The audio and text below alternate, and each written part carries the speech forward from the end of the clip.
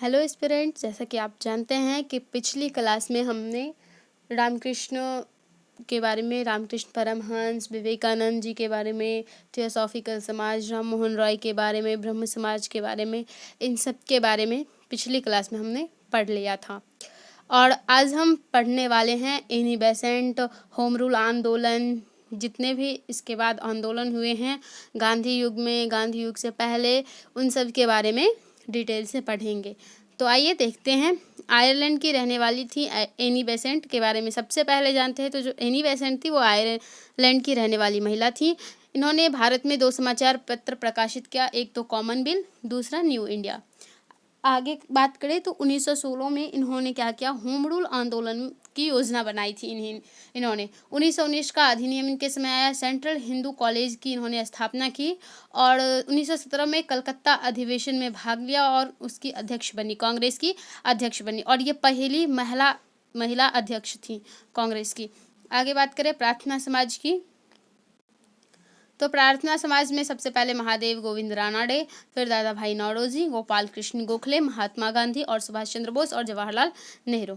बात करें महादेव गोविंद रानाडे, ये दादा भाई नौरोजी के राजनीतिक गुरु थे, और जो दादा भाई नौरोजी थे ये गोपाल कृष्ण गोखले के राजनीतिक गुरु, और गोपाल कृष्ण गोखले महात्मा गांधी के राजनीतिक गुरु थे, और महात्मा गांधी सुभाष चंद्र बोस और जवाहरलाल नेहरू के राजनीतिक गुरु थे।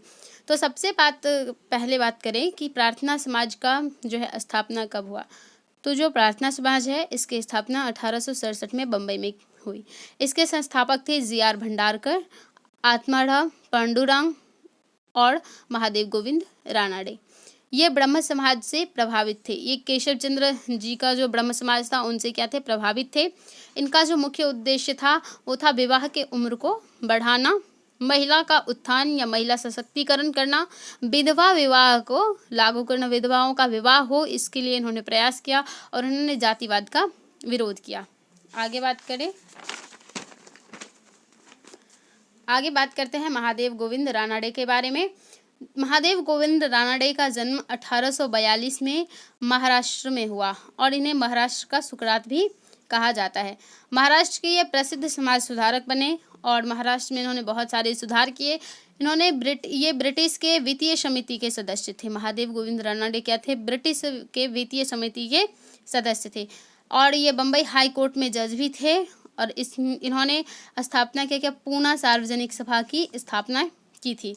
बात करें इनके समाचार पत्र की, तो इनके 2 समाचार पत्र रहे, एक एंग्लो मराठी, दूसरा इंदु प्रकाश।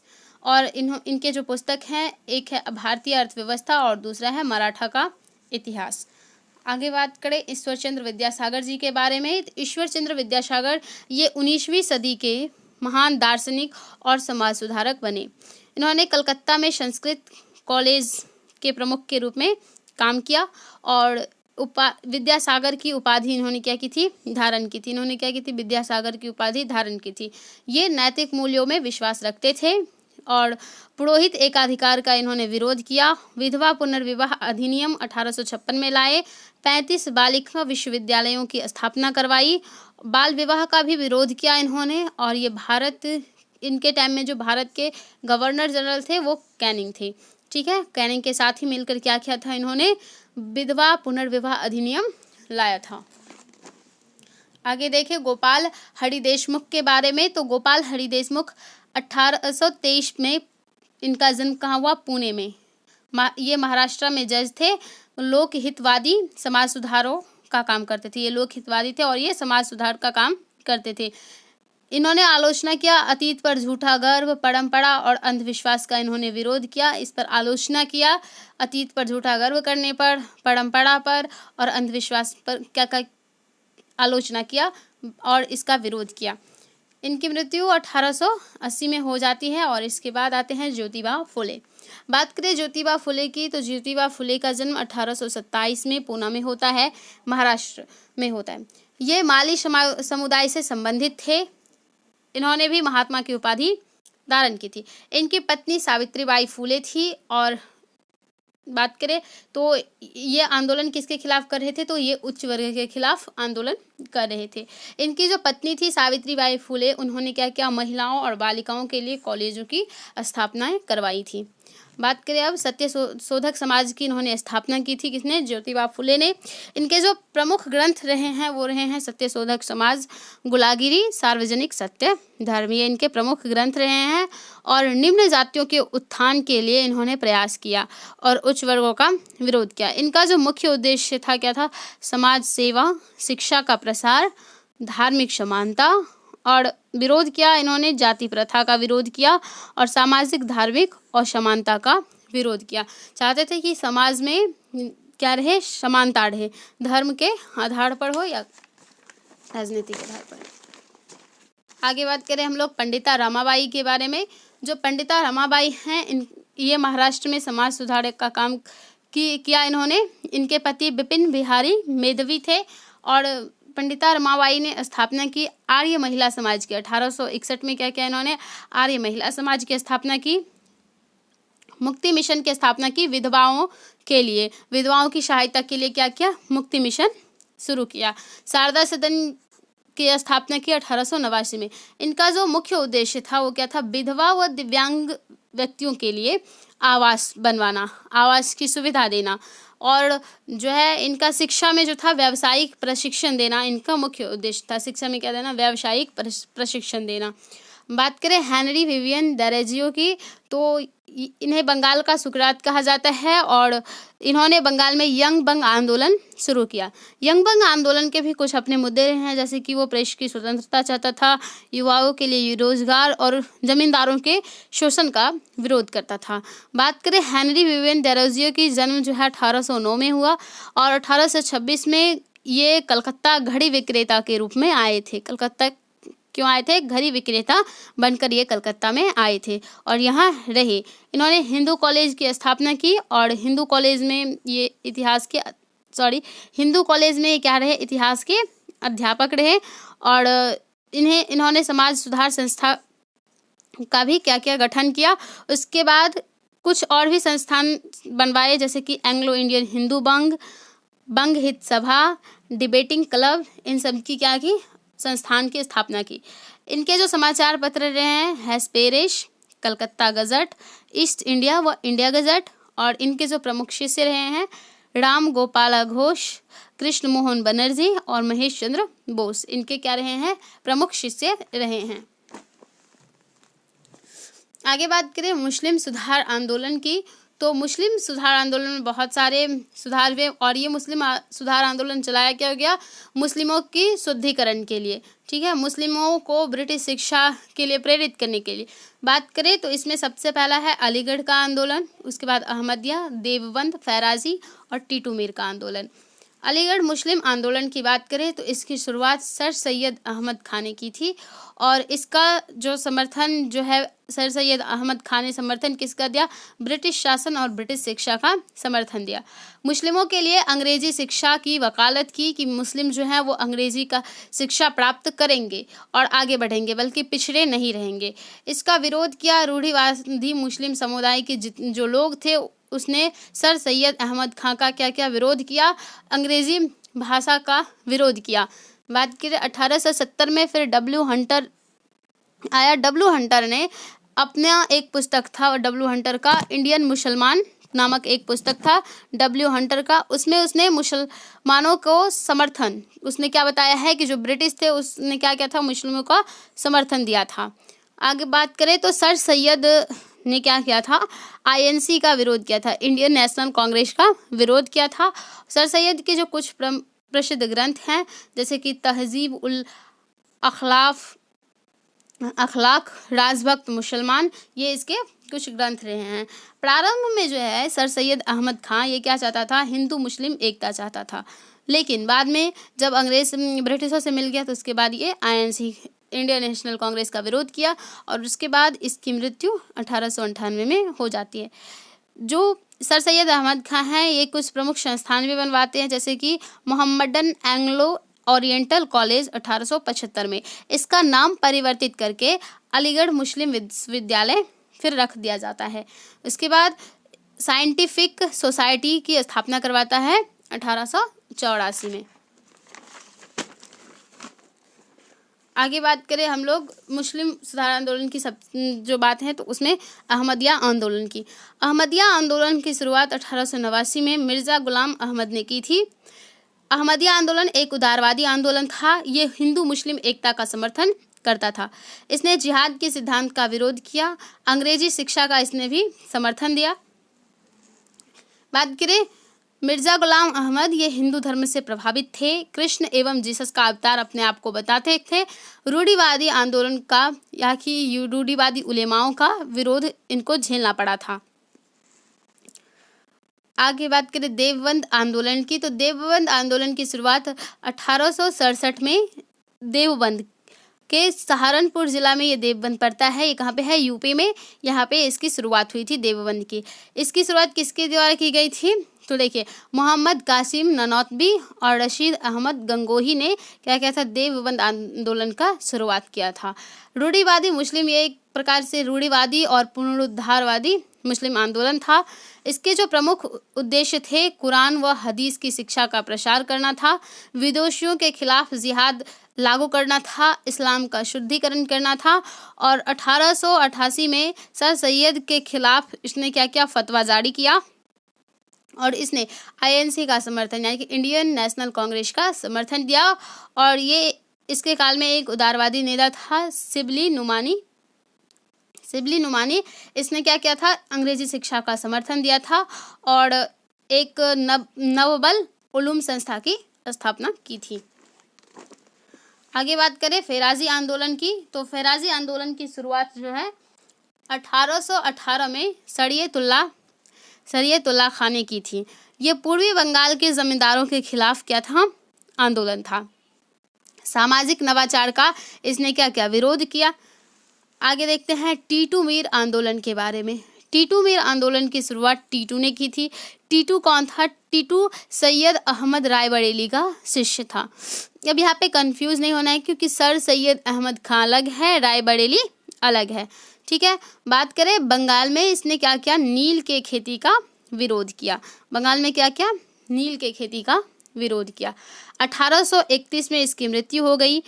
ब्रिटिशों ने टीटू मीर आंदोलन को एक आतंकवादी आंदोलन बताया जो कि गलत है, बिल्कुल भी सत्य नहीं है, अकथनीय है।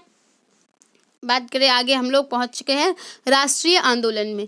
तो राष्ट्रीय आंदोलन में जो बात रहे हैं 3 प्रकार की। सबसे पहले इसमें हम देखेंगे कि राष्ट्रीय आंदोलन की क्या भूमिका रही है, राष्ट्रवाद के उदय के क्या कारण रहे और राष्ट्रीय आंदोलन के जो 3 चरण हैं वो कौन कौन से हैं और इस तीनों चरण में कौन कौन से कार्य हुए, क्या क्या घटनाएं घटी, इन सब के बारे में देखते हैं। तो बात करें सबसे पहले भूमिका की, राष्ट्रीय आंदोलन के भूमिका की, तो इसकी जो शुरुआत है 19वीं सदी के अंतिम चरण में इसकी शुरुआत हुई थी। 1850 के बाद जब राजनीतिक संगठनों का उदय होने लगा तो फिर इसका उदय हुआ। मैकडोनाल्ड का कथन है कि जो राजनीतिक है वो का जो मस्तिष्क है वो हमारा है।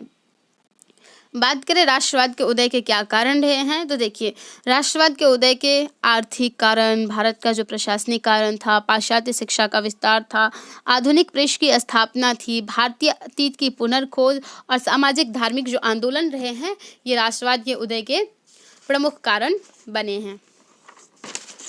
अगला देखिए, अगला तात्कालिक कारण है। तात्कालिक कारण में क्या सब है?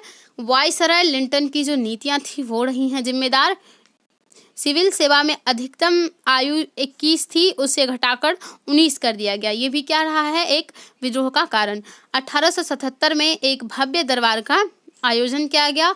वर्नाकुलर प्रेस एक्ट, भारतीय शस्त्र अधिनियम लाया गया। एक तो पहले वर्नाकुलर प्रेस एक्ट और दूसरा भारतीय शस्त्र अधिनियम लाया गया। बात करें अब हम लोग इल्बर्ट विल विवाद की, तो देखिए जो इल्बर्ट विल विवाद है ये 1880 में ग्लैडस्टोन ने लाया था। ग्लैडस्टोन लिबरल पार्टी से था और रिपन इस टाइम भारत के नए वाइसरॉय बने थे। ग्लैडस्टोन ने क्या किया था? भारत में स्वयं के सरकार का समर्थन किया था, स्वयं के सरकार के समर्थक थे। रिपन स्थानीय सरकार के पिता कहे जाते हैं। रिपन को जो है स्थानीय भारत में जो स्थानीय सरकार था उसका पिता कहा जाता है। रिपन ने क्या किया था? इल्बर्ट विल विवाद में क्या किया गया था, औद्योगिकरण को समर्थन दिया गया था और एक फैक्ट्री एक्ट लागू किया गया था। इनके काल में इल्बर्ट बिल विवाद आया था और रिपन के काल में बात करें तो 1884 में कर्टनी इल्बर्ट ने वायसराय परिषद के सदस्य थे। जो कर्टनी इल्बर्ट थे, कौन थे? वायसराय परिषद के सदस्य, और इनके नाम पे ही शायद इल्बर्ट बिल विवाद आया है। बात करें तो इसमें क्या किया गया था, भारतीयों और यूरोपियों के बीच न्यायपालिका स्तर पर समानता की बात कही गई थी। भारत में विशेषाधिकारों की यूरोपियों के विशेषाधिकारों की रक्षा की बात करता था। और रिपन ने क्या किया, फिर बिल में परिवर्तन किया। उसके बाद आगे हम बात करने वाले हैं राष्ट्रीय आंदोलनों के 3 चरणों के बारे में। इसमें जो 3 चरण रहे हैं, देखिए सबसे पहले है प्रथम चरण, जो कि 1885 से 1905 में तक रहे हैं। इसमें क्या सब कार्य हुए हैं? भारतीय राजनीति में नए वर्गों का उदय हुआ, उदारवाद का उदय हुआ और इसमें कांग्रेस का गठन हुआ। द्वितीय चरण 1905 से 1919 तक रहा। इसमें कांग्रेस जो है वो परिपक्व हो गई, गणम दल का उदय हुआ, उग्रपंथियों का उदय हुआ, लाल बाल जो कुछ उग्रपंथी नेता थे, लाला लाजपत राय, विपिन चंद्र पॉल और ये बाल गंगाधर तिलक।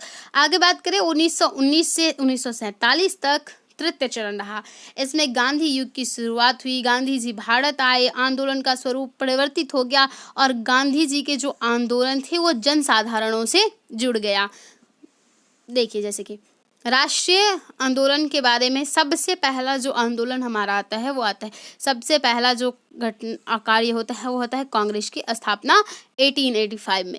बात करें अब हम लोग 1885 में 28 दिसंबर को कांग्रेस की स्थापना ए.ओ. ह्यूम के द्वारा की जाती है। भारतीय बुद्धिजीवियों का इसमें सहयोग होता है और इसी के कारण कांग्रेस की स्थापना होती है। कहते हैं कि जो ये कांग्रेस की स्थापना है ये डफरिन के दिमाग की उपज थी। क्या थी? डफरिन के दिमाग की उपज थी। कांग्रेस अधिवेशन की जानकारी दी गई। उसके बाद बात करें कांग्रेस के जो प्रथम 4 अधिवेशन हुए, कौन कौन से हुए, कब हुए, इसमें कितने लोगों ने शामिल होकर भाग लिया था और किस स्थान पर हुए थे। तो सबसे जो पहला अधिवेशन है वो 1885 में बम्बई में हुआ।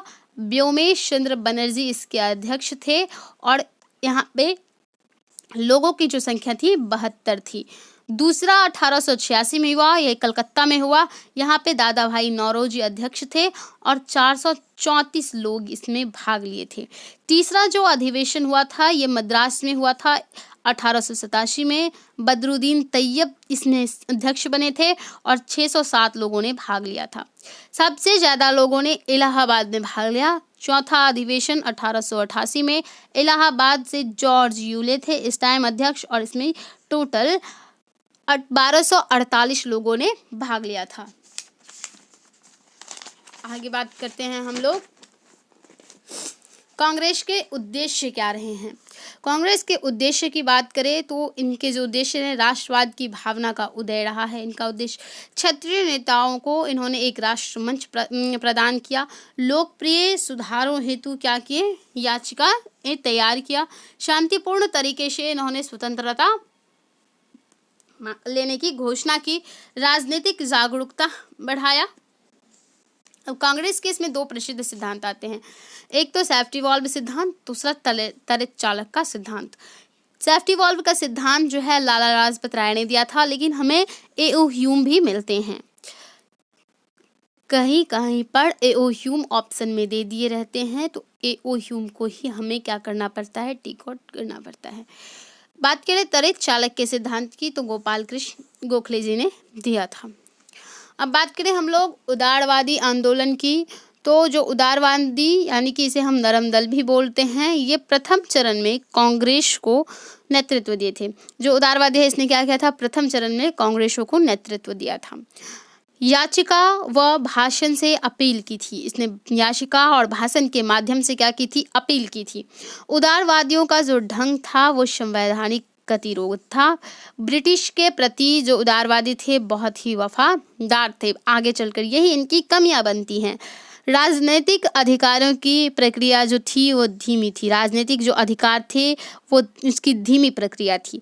ब्रिटिश नीतियों को क्या मिला, प्रेस का प्रयोग के माध्यम से ज्यादा वर्चस्व मिला। महारानी की प्रजा, इसने अपने आप को बताया, क्या बताया कि हम महारानी की प्रजा हैं। देखिए उदारवादी की क्या मांगे थी, तो ब्रिटिश शासन के अधीन ये रहना चाहते थे। उदारवादी ब्रिटिश शासन के अधीन ही ये स्वराज चाहते थे और ये धन के निष्कासन का क्या करते थे, विरोध करते थे। धन के निष्कासन का ये विरोध करते थे। इनकी उपलब्धियां क्या थी, राष्ट्रीय चेतना का उदय, लोकतंत्र एवं राष्ट्रवाद का विचार, भारत में लोक सेवा आयोग की स्थापना, ये इनकी उपलब्धियां रही हैं। और इनकी कमियों की बात करें तो जो ब्रिटिश के प्रति जो ये वफादार थे, इन्हीं यही कारण है इनकी कमियों की। बात करें इनकी कमियां, देखिए ब्रिटिश नीतियों में ये विश्वास करते थे, जनसाधारण को ये आकर्षित नहीं कर पाए और ब्रिटिश के प्रति अत्यधिक जो वफादार बने, यही इनकी कमियां बनी। आगे बात करें उग्रपंथ, इसको हम गरम दल भी बोलते हैं हम लोग। इसमें बात करें तो इसमें कांग्रेस के कुछ नेता थे और आगे बताया जाता है कि कांग्रेस के कारण ही जो है इसका उदय होता है। इसमें स्वदेशी व बहिष्कार का नारा दिया जाता है और स्वराज का जो अर्थ है पूर्ण स्वतंत्र बताया जाता है। कहा जाता है कि हमें स्वराज चाहिए, अर्थात पूर्ण स्वतंत्रता चाहिए। इसका उदय क्यों हुआ, नरम दल का प्रभाव पड़ा था, इसलिए इसका उदय हुआ। नरम दल का प्रभाव पड़ा था, नरम दल की जो गतियां थी वो धीमी पड़ चुकी थी। बात करें इसके उदय के कारण, नरम दल की धीमी जो प्रक्रिया थी, कर्जन का जो प्रशासन था, कांग्रेस इसके लिए उत्तरदायी रही है। और जो बंगाल का विभाजन है वो भी उग्रपंथ के उदय के लिए क्या रहा है, जिम्मेदार रहा है। कुछ प्रसिद्ध उग्रवादी जो नेता थे जैसे कि तिलक, उसके बाद बिपिन चंद्र पॉल, लाला लाजपत राय, अरविंद घोष, रास बिहारी बोस, अश्विनी कुमार दत्त, ये इसके कुछ प्रमुख नेता हैं, उग्रवादी नेता। ठीक है, आप इसको अच्छे से याद कर लीजिएगा क्योंकि ये वनडे एग्जाम हो, पीटी के लिए तो ये महत्वपूर्ण है ही, साथ ही साथ जितने भी वनडे एग्जाम्स हैं उनके लिए भी बहुत महत्वपूर्ण टॉपिक्स हैं। आगे बात करें हम लोग पार्टीशन ऑफ बंगाल की, तो देखिए बंगाल का विभाजन कब शुरू हुआ, 20वीं सदी के आरंभ में सबसे बड़ी घटना ये क्या थी, 20वीं सदी की सबसे बड़ी घटना थी। 20वीं सदी के शुरुआत की सबसे बड़ी घटना क्या थी, बंगाल का विभाजन। इस टाइम ब्रिटिश वायसराय कर्जन था। कर्जन ने कुछ आधारों पर बंगाल का विभाजन करना चाहता था। उसने कहा कि बंगाल बहुत बड़ा राज्य है, इसमें प्रशासन की जो विधियां हैं ये सही नहीं है, प्रशासन की नीतियां सही नहीं है, इतना बड़ा क्षेत्र है, सही से यहाँ पे कोई भी चीज़ लागू नहीं हो सकता है। इसलिए उसने क्या किया, इस आधार पर बंगाल का विभाजन करने का फैसला लिया। बंगाल के विभाजन की जो घोषणा है वो 20 जुलाई को की गई और बंगाल को 2 भागों में विभाजित किया गया। पहला पूर्वी बंगाल में, दूसरा पश्चिमी बंगाल में। पश्चिमी बंगाल का जो राजधानी है वो कलकत्ता बना और पूर्वी बंगाल का ढाका। बात करें ढाका में क्या थी, मुस्लिमों की उच्च जनसंख्या थी। मुस्लिम की उच्च जनसंख्या थी कितनी, लगभग 3.20 करोड़, 3.5 करोड़ के आसपास थी। एग्जैक्ट डाटा नहीं पता है। और हिंदू उच्च जनसंख्या जो थी वो 5 करोड़ के पार थी। आगे बात करें कर्जन के अनुसार, देखिए हम बात कर रहे थे बंगाल बहुत बड़ा है इसलिए इसका विभाजन जरूरी है और इसने विभाजन का निर्णय लिया।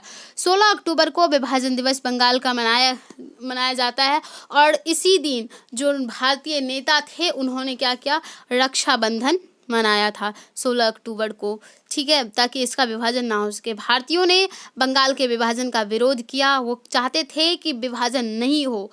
राष्ट्रीय जागरूकता का केंद्र था बंगाल, क्या था, राष्ट्रीय जागरूकता का केंद्र था। यहाँ पे हिंदू मुस्लिम एकता को तोड़ना चाहता था। बंगाल विभाजन के तहत ये क्या करना चाहता था, हिंदू मुस्लिम एकता को तोड़ना चाहता था।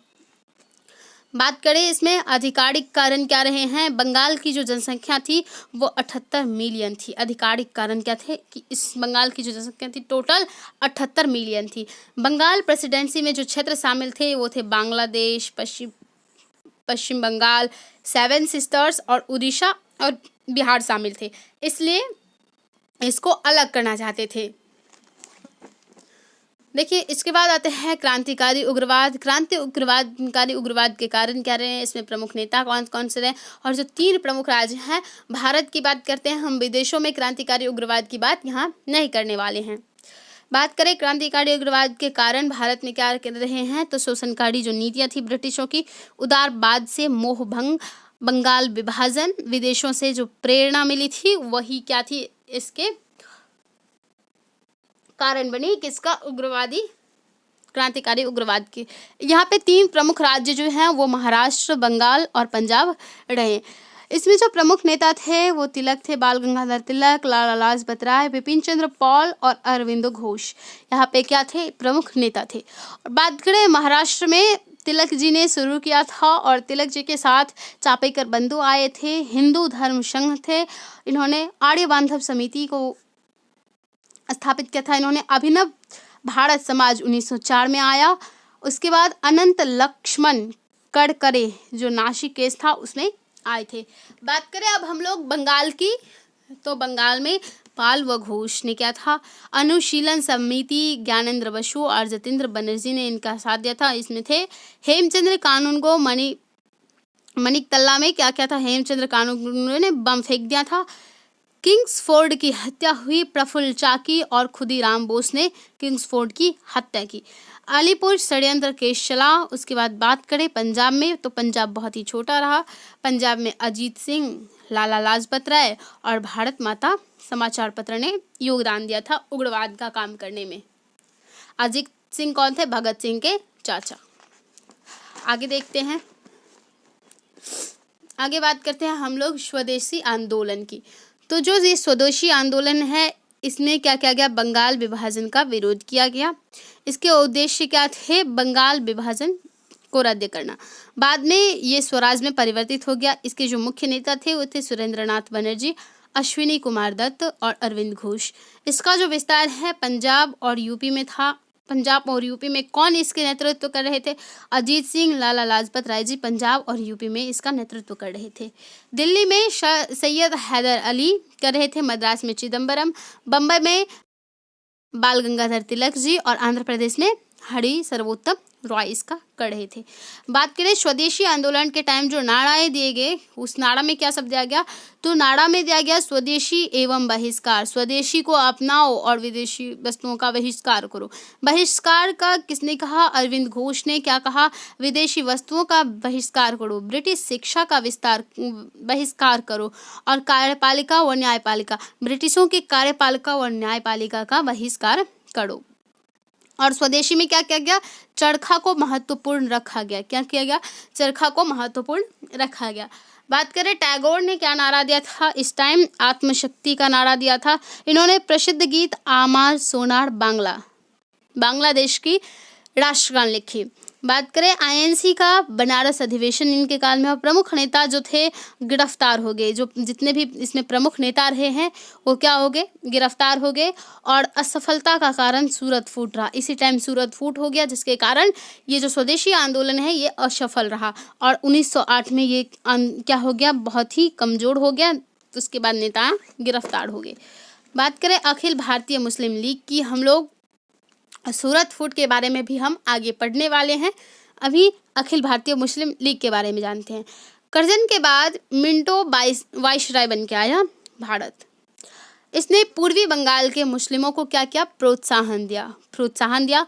1906 में इसने मुस्लिम लीग की स्थापना की। जो मुस्लिम लीग की स्थापना है इस काल में आगा खां और सलीमुल्लाह खां ने 1906 में की थी।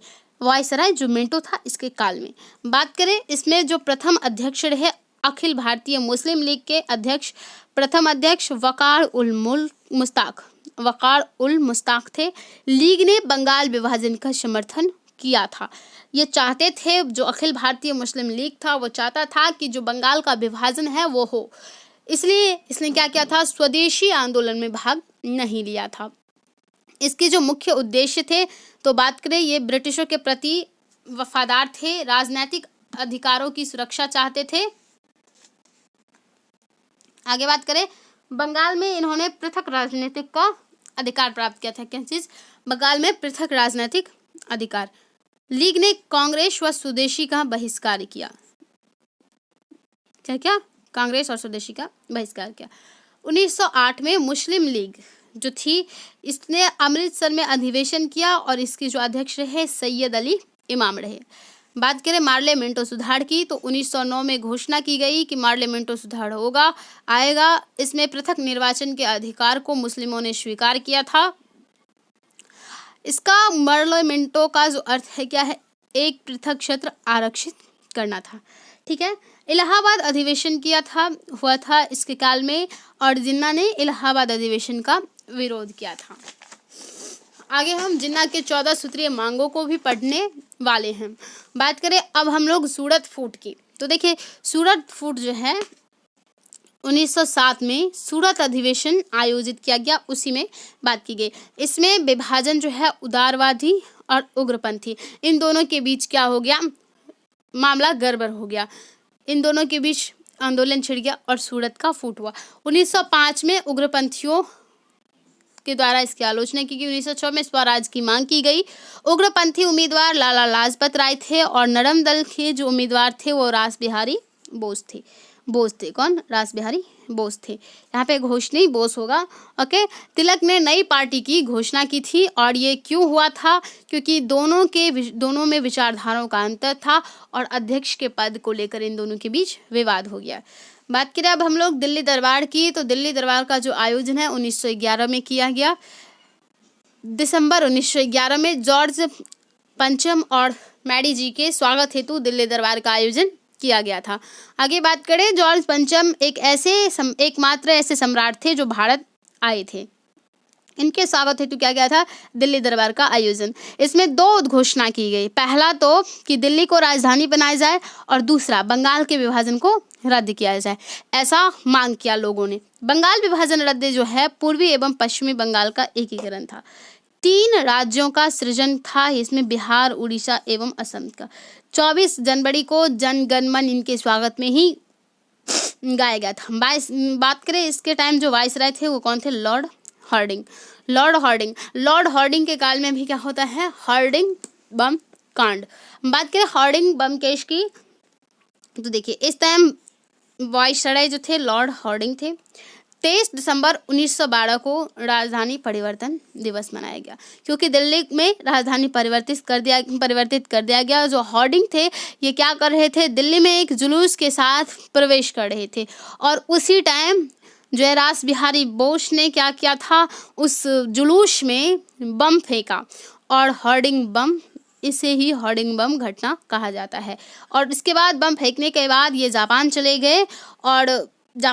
गए, तो इसके बाद जो इसमें शामिल अन्य नेता थे इनके साथ, बाल मुकुंद जी, अमीर चंद, अवध बिहारी लाल, इनको फांसी दे दी गई गिरफ्तार करके।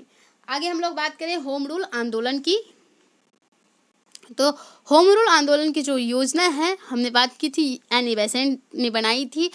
प्रारंभ में 1916 में ये प्रारंभ किया गया, तो 2 भागों में था। प्रारंभ में ये 1916 में क्या था? 2 भागों में बटा था। एक तो एनी का था होम रूल, एक तिलक जी का था। प्रथम विश्व युद्ध के दौरान ये होम रूल आंदोलन शुरुआत की गई। एनी ने ब्रिटिश नीतियों का विरोध किया था। जो एनी बेसेंट थी, इन्होंने क्या किया था? ब्रिटिश नीतियों का विरोध किया था। इसके कारण क्या रहे होम रूल आंदोलन के? तो प्रथम विश्व युद्ध के दौरान जो ब्रिटिश ने नीतियां अपनाई थी वो कारण रहे। जो कर की वृद्धि दर है वो अत्यधिक करने लगे, ये कारण थे। ये एनी और जो ये होम रूल आंदोलन के जो सदस्य थे ये मार्ले मिंटो सुधार से असंतोष थे। मार्ले मिंटो से क्या थे? असंतोष थे। इसके उद्देश्य क्या थे? स्वशासन, स्वयं का शासन, स्वदेशी, आधुनिक शिक्षा का विस्तार, करों में कमी हो, राजनैतिक शिक्षा मिले, प्रेस का विस्तार हो। और बात करें विस्तार के, तो तिलक ने क्या किया? पूना में, तिलक का केंद्र पूना में था, और इनके समाचार पत्र थे मराठा और केसरी। वहीं पे एनी जी की बात करें तो सितंबर 1916 में यहाँ पे एनी बेसेंट होगा, तो एनी बेसेंट ने केंद्र कहाँ पे बनाया? आड़ियार में। आगे बात करें हम लोग, दोनों का जो सहयोग था वो बहुत अनिवार्य था। एक तो गरम दल के थे और एक नरम दल की थी, तो दोनों का जो सहयोग है वो क्या था? अनिवार्य था। तिलक की अपेक्षा एनी बेसेंट का जो आंदोलन रहा वो अत्यधिक सफल रहा है। तिलक ने कर्नाटक, मध्य प्रदेश प्रांत, महाराष्ट्र और बरार में क्या किए थे? अपने आंदोलन प्रसारित किए थे। एनी जी की बात करें तो एनी ने सहयोग दिया था एनी का किसने? जॉर्ज अरुंडेल ने क्या किया था? एनी का इस आंदोलन में सहयोग दिया था। इसमें सचिव वाडिया और नेहरू रहे थे, चक्रवर्ती रहे थे, जे बनर्जी रहे थे। और बात करें तो सुब्रमण्य अय्यर ने एनी को नाइट की उपाधि दी थी। एनी की टोटल 200 शाखाएं थी। कितनी? 200 शाखाएं थी। अब हम बात करते हैं लखनऊ समझौता की। लखनऊ समझौता जो है ये दो घटनाओं के लिए क्या है? यादगार है। दो घटनाएं क्या हैं? एक तो गरम दल और दूसरा नरम दल की जो एकता रही है वो, और दूसरा कांग्रेस व मुस्लिम लीग एक जगह हुए। इसमें अध्यक्ष मजूमदार बने। इसमें प्रयास किसने किया था? तिलक एवं एनी ने इसमें प्रयास किया था। लखनऊ समझौता में कांग्रेस व मुस्लिम लीग की मांग की गई, विधायिका का विस्तार और वायसराय परिषद बने का गठन हो। कांग्रेस ने निर्वाचन प्रणाली को मान्यता दी इसमें लखनऊ समझौता में, और इसका जो प्रभाव है मुस्लिम लीग की प्रामाणिकता पर पड़ा। इसके प्रभाव से क्या? मुस्लिम लीग की प्रामाणिकता पर पड़ा। आगे बात करें मॉन्टेग्यू चेम्सफोर्ड सुधार की, तो ये 8 जुलाई 1918 को मॉन्टेग्यू रिपोर्ट प्रकाशित होती है। कांग्रेस मॉन्टेग्यू चेम्सफोर्ड का विरोध करते हैं। तिलक इसको क्या बोलते हैं कि ये सूर्य के बिना सुबह है। मॉन्टेग्यू क्या? चेम्सफोर्ड सुधार क्या है? सूर्य के बिना ही सुबह है। 17 अगस्त 1918 को सुरेंद्रनाथ बनर्जी ने मॉन्टेग्यू चेम्सफोर्ड सुधार का स्वागत किया था। सुरेंद्रनाथ बनर्जी अखिल भारतीय उदारवादी संघ के नेता थे। बात करें कांग्रेस में द्वितीय विभाजन इसके बाद हो गया, मॉन्टेग्यू चेम्सफोर्ड के बाद। उदारवादी जो थे चेम्सफोर्ड सुधार को भारत का मैग्ना कार्टा मानते थे। 1919 का भारतीय शासन अधिनियम भी मॉन्टेग्यू चेम्सफोर्ड सुधार को माना जाता है, कहा जाता है। यहाँ पे द्वैध शासन आ गया। प्रधानमंत्री जो थे लॉयड जॉर्ज थे। इसमें प्रावधान क्या किया गया? देखिए, प्रांतों में द्वैध शासन, उत्तरदायी सरकार। प्रांतीय विषय को दो भागों में बांटा गया, पहला आरक्षित, दूसरा हस्तांतरित। बजट पास करने का अधिकार भारतीय विधानमंडल को दिया गया और लोक सेवा आयोग का गठन किया गया। मॉन्टेग्यू चेम्सफोर्ड सुधार के अंतर्गत जो प्रावधान किए गए उसमें। आगे बात करें हम लोग गांधी युग की। गांधी युग में हम बात करेंगे सबसे पहले गांधी जी का परिचय, उसके बाद क्या तात्कालीन या प्रारंभिक आंदोलन कौन कौन से? चंपारण, खेरा और अहमदाबाद जो है, और रॉलेट एक्ट आंदोलन जो था वो भी रहा है। बात करें गांधी जी के परिचय की, तो गांधी जी ने प्रथम सत्याग्रह 1906 में अफ्रीका में की थी। 1901 में यहाँ पे क्या हुआ था? INC अधिवेशन हुआ था। 1925 में बात करें आत्मकथा में इन्होंने क्या लिखा था? सत्य के प्रयोग नाम का एक पुस्तक लिखा था। अपनी ऊपर अपनी बायोग्राफी लिखी थी सत्य के प्रयोग से नाम से। 1923 में अखिल भारतीय खादी बोर्ड की स्थापना की गई। बात करें इनके किताबों की और इनके जो समाचार पत्र रहे हैं उनके बारे में, तो हिंद स्वराज इनकी किताब थी, अनासक्ति योग, गीता माता, मेरे सपनों का भारत, सप्त महाव्रत इनके किताब थे। समाचार पत्र की बात करें तो इंडियन ओपिनियन इन्होंने 1903 में लिखा था। यंग इंडिया 1999 में इनका जो समाचार पत्र था वो हुआ, और एक हरिजन था। इन्होंने आश्रम बनवाए थे। साबरमती आश्रम 1915 में, अनाशक्ति आश्रम सेवाग्राम 1936 में, सत्याग्रह आश्रम अहमदाबाद में 1915 में, टॉल्स्टॉय 1903 में, फिनिक्स 1904 में। इन्होंने उपाधि धारण की थी। टैगोर ने इन्हें महात्मा की उपाधि दी थी। सुभाष चंद्र बोस ने राष्ट्रपिता कहा था। फ्रैंक मॉरिस ने इसे अर्धनंगा फकीर कहा। इन्हें अर्धनंगा फकीर कहा। नेहरू जी ने इन्हें बापू की उपाधि दी। सरोजिनी नायडू ने इन्हें दो महात्मा कहा कि ये दो महात्मा हैं। क्या है? दो महान आत्मा। बात करें इनके प्रारंभिक आंदोलन की, तो सबसे पहला है चंपारण सत्याग्रह 1917, अहमदाबाद आंदोलन, खेरा का आंदोलन, रॉलेट सत्याग्रह, खिलाफत आंदोलन। चंपारण सत्याग्रह की बात करें तो ये क्या है? ये 3 कठिया पद्धति के खिलाफ बिहार में किया गया था चंपारण सत्याग्रह। यहाँ पे नील कारखाने बंद करने के लिए और भारी लगान की मांग को कम करने के लिए विद्रोह किया गया था। राजकुमार शुक्ला ने क्या किया था? लखनऊ में ये गांधी जी से मिले थे और गांधी जी को बिहार आने के लिए आमंत्रित किया था। और सत्याग्रह का जो प्रथम सफल प्रयास है हो चुका था। इसमें जो गांधी जी के सहयोगी रहे राजेंद्र प्रसाद, जेबी कृपलानी, महादेव देसाई, एसएन सिन्हा, ब्रज किशोर जी। जुलाई 1917 में एक आयोग का गठन हुआ और उसमें तिनकटिया प्रणाली समाप्त की गई। शहरी वेश कर से इनकार किया गया। उसके बाद बात करें खेड़ा सत्याग्रह की, तो खेड़ा सत्याग्रह जो है खेड़ा में बढ़ी दरों के खिलाफ थी, दर या बोले कर के खिलाफ थी। खेड़ा का जो पहला नारा है खेड़ा आंदोलन का मोहन लाला पांड्या ने दिया था। इसमें फसल खराबी के बाद भी जो वसूली किया जाता था उसके खिलाफ ये किया गया कि फसल खराब हो उसके बाद हम कर नहीं देने वाले हैं। कुनबी पटीदार किसानों का इन्होंने विरोध किया। आगे बात करें इनके सहयोगी की, तो इनके सहयोगी इंदुलाल याग्निक रहे। 22 मार्च 1918 में ये सफल सत्याग्रह बना और पहला किसान सत्याग्रह भी था। अहमदाबाद आंदोलन की अब हम लोग बात करें तो 1918 में हुआ था। मिल मजदूर एवं मालिकों के बीच जो है प्लेग बोनस के लिए ये आंदोलन किया गया था। प्लेग बोनस के लिए, किसके लिए? प्लेग बोनस के लिए किया गया था। अहमदाबाद में कलेक्टर ने अनुरोध किया था गांधी जी से। उसके बाद बात करें तो अम्बालाल साराभाई जो थे यहाँ पे गांधी जी के दोस्त थे। 15 मार्च को गांधी जी की हड़ताल होती है और गांधी जी की हड़ताल से 15 मार्च को मजदूरों को 35% बोनस प्रदान करने की घोषणा की जाती है, जो कि 20% दी जाती थी। आगे बात करें हम लोग रॉलेट एक्ट की, तो ये 1919 में आया। 1917 में चेम्सफोर्ड ने एक कमेटी गठन किया था। चेम्सफोर्ड ने क्या किया था? एक कमेटी गठन किया था और इस कमेटी के अध्यक्ष सिडनी रॉलेट थे। कौन? Sydney Rowlatt.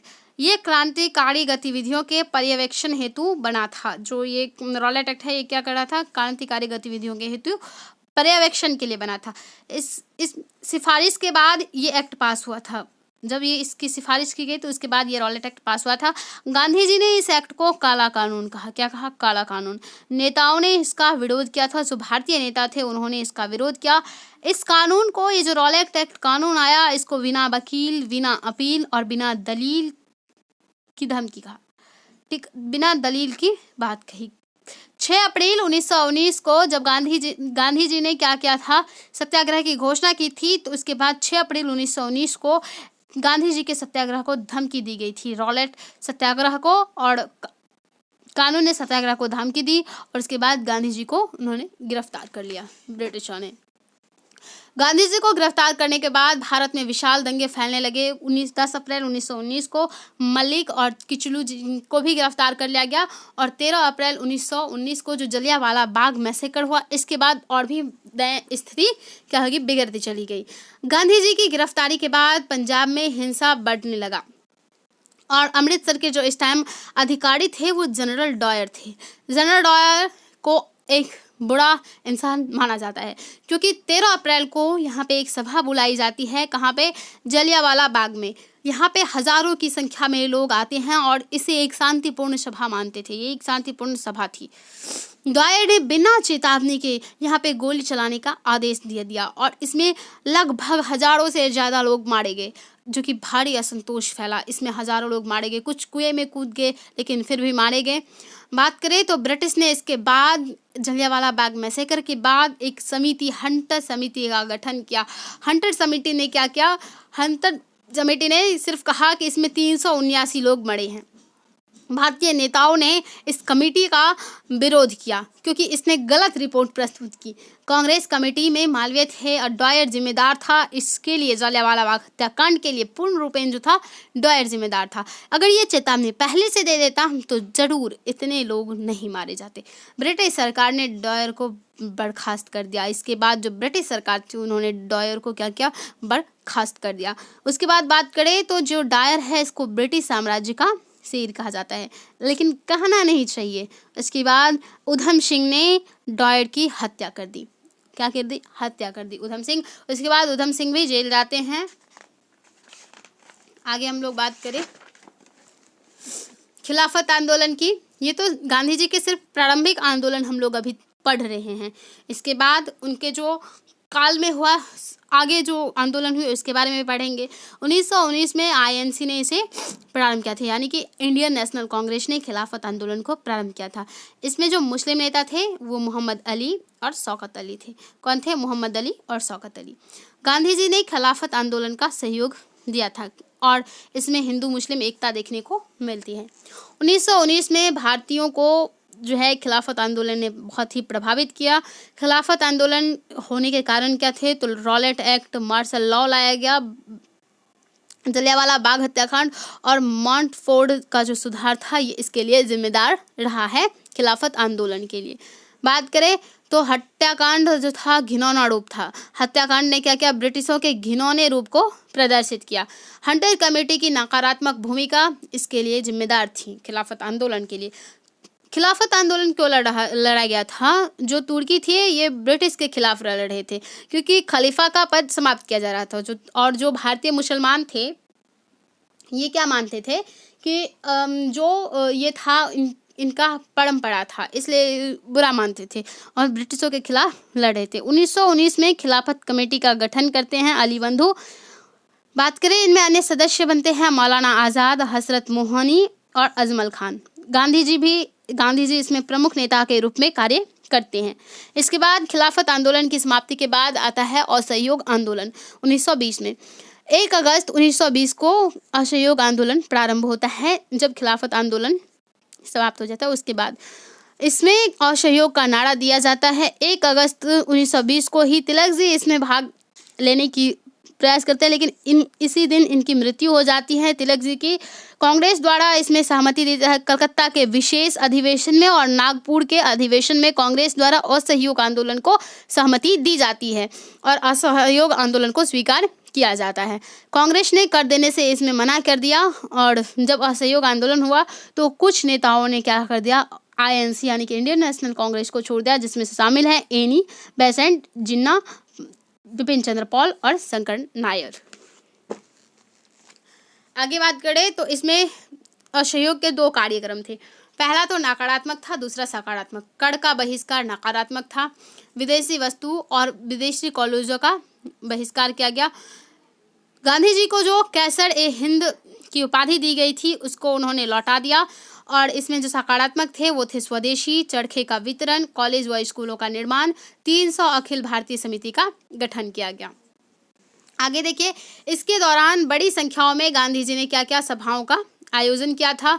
31 मार्च 1921 को स्वराज कोष की स्थापना की तिलक जी के नाम से। कुछ वकीलों ने इस टाइम क्या किया था? न्यायपालिका, जो विदेशी न्यायपालिका थी उसका बहिष्कार किया, जैसे कि लाला लाजपत राय, मोतीलाल नेहरू जी, जवाहरलाल नेहरू, चित्तरंजन दास, विट्ठल भाई पटेल और राजेंद्र प्रसाद। बात करें तो ये जो आंदोलन है ये अधिक सफल कहाँ पे रहा? उत्तर भारत में, बंगाल में, पश्चिमी भारत में अधिक सफल रहे और इसी टाइम 800 नए स्कूलों की स्थापना की गई। 17 नवंबर 1921 को जो वेल्स है ये राजकुमार था, ये आया तो इसके विरोध में हड़ताल किया गया। कांग्रेस व खिलाफत समिति पर प्रतिबंध लगाया गया ब्रिटिशों द्वारा। ठीक है, किसके पास? कांग्रेस व खिलाफत समिति पर।